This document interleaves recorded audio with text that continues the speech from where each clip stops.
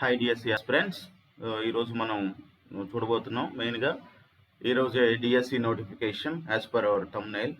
ఈరోజు కంపల్సరీగా DSC notification వస్తుంది. 6,100 పోస్టులకి డిఎస్సి నోటిఫికేషన్ రిలీజ్ చేస్తారు.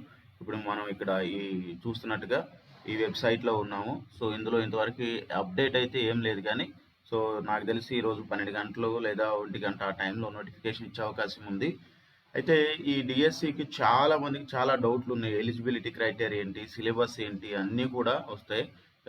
సిలబస్ అనేది ఆల్మోస్ట్ 2018 నోటిఫికేషన్ ప్రకారం మాత్రమే, అంటే ఆ ఎగ్జామ్ ఎలా జరిగిందో అదే ప్యాటర్న్లో జరిగిద్ది అని చెప్పేసి అంటున్నారు. అంటే ఇక సేమ్ యాజ్ ఇట్ ఈస్. తర్వాత రిజర్వేషన్స్ ఇవన్నీ కూడా ఈరోజు రిలీజ్ చేస్తారు, మనకి పీడిఎఫ్లో పెడతారు.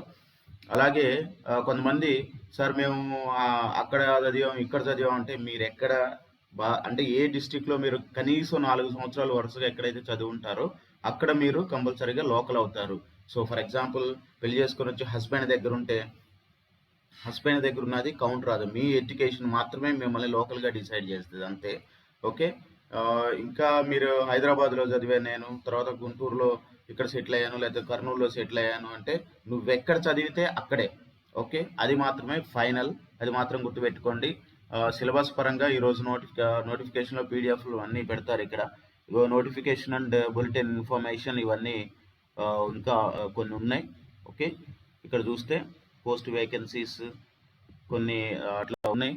సో ఇంకా మనకి ఫుల్ డీటెయిల్స్ అయితే పెట్టలేదు, కంపల్సరీగా ఈరోజు పెడతారని అనుకుంటున్నాము. ఇక నెక్స్ట్ కాకపోతే దీని మీద కేసులు వేసే అవకాశాలు అయితే ఉన్నాయి. జేఏసీ నిరుద్యోగ జేఏసీ వాళ్ళు నిన్నంతా బాగానే లొల్లి చేశారు. వాళ్ళని మన నిరుద్యోగ జేఏసీ మన లీడర్లని కొంతమందిని ఈడ్చుకెళ్ళి అరెస్ట్ చేశారని చెప్పేసి నిజంగా వాళ్ళు చాలా ఫైట్ చేస్తున్నారు. 23,000 పోస్టులు ఇస్తామని చెప్పేసి ఇప్పుడు ఓన్లీ కేవలం 6,100 పోస్టులే ఇస్తామని చెప్పేసి అంటున్నారు అసలుకి. సో చాలామంది మన కోసం ఫైట్ చేస్తున్నారు. సో మీరు నిజంగా వాళ్ళకి సపోర్ట్ చేయండి.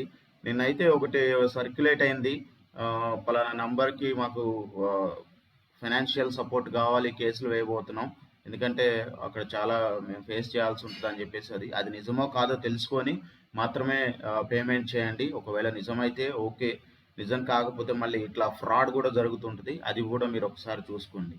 ఓకే, కేసు వేసి వాయిదా పడాలి అని చెప్పేసి చాలామంది కోరుకుంటున్నారు. సో అలా పడితే మనకి టైం వస్తుంది, ఓకే, అంతవరకు బాగానే ఉంటుంది, కానీ ప్రిపరేషన్ అయితే మాత్రం మీరు ఆపవద్దు. ఓకే, చేస్తూనే ఉండండి. ఒకవేళ ఎందుకంటే వాయిదా పడాలని అందరం కోరుకుందాం, ఎందుకంటే మనకు టైం వస్తుంది. కానీ ఒకవేళ వాయిదా వేయకుండా జగన్ మొండిగా వెళ్ళిపోయాడు అనుకోండి, సో మళ్ళీ ఇప్పుడు మనం నష్టపోతాం.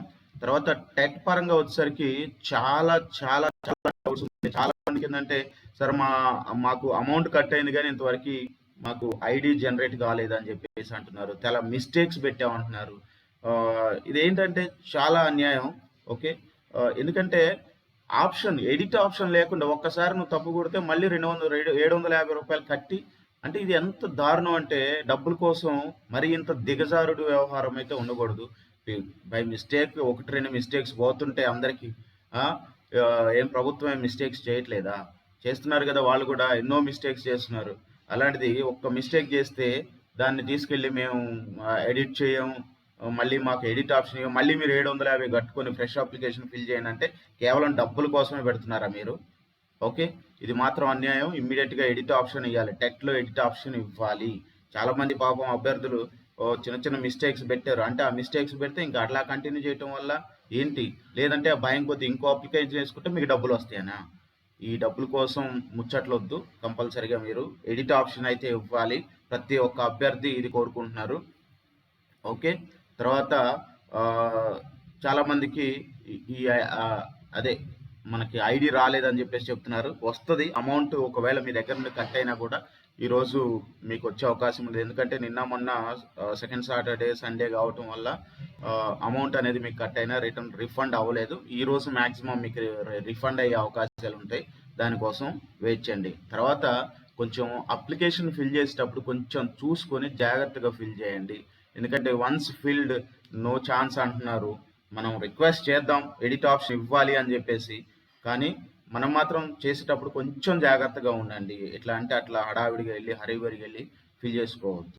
ఓకే, ఇంకా బుక్స్ పరంగా అన్నీ చదువుకోండి, మంచిగా ప్రిపేర్ అవ్వండి.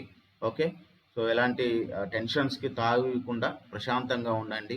ఒక ప్లాన్ వేసుకోండి, ప్రిపరేషన్ ప్లాన్, దాన్ని బట్టి మీరు ఫాలో అవ్వండి. ఓకే, ఇంకా మధ్యాహ్నం వరకు ఏదైనా అప్డేట్ వస్తే మళ్ళీ మనం తెలుసుకుందాం. అంతవరకు సెలవు.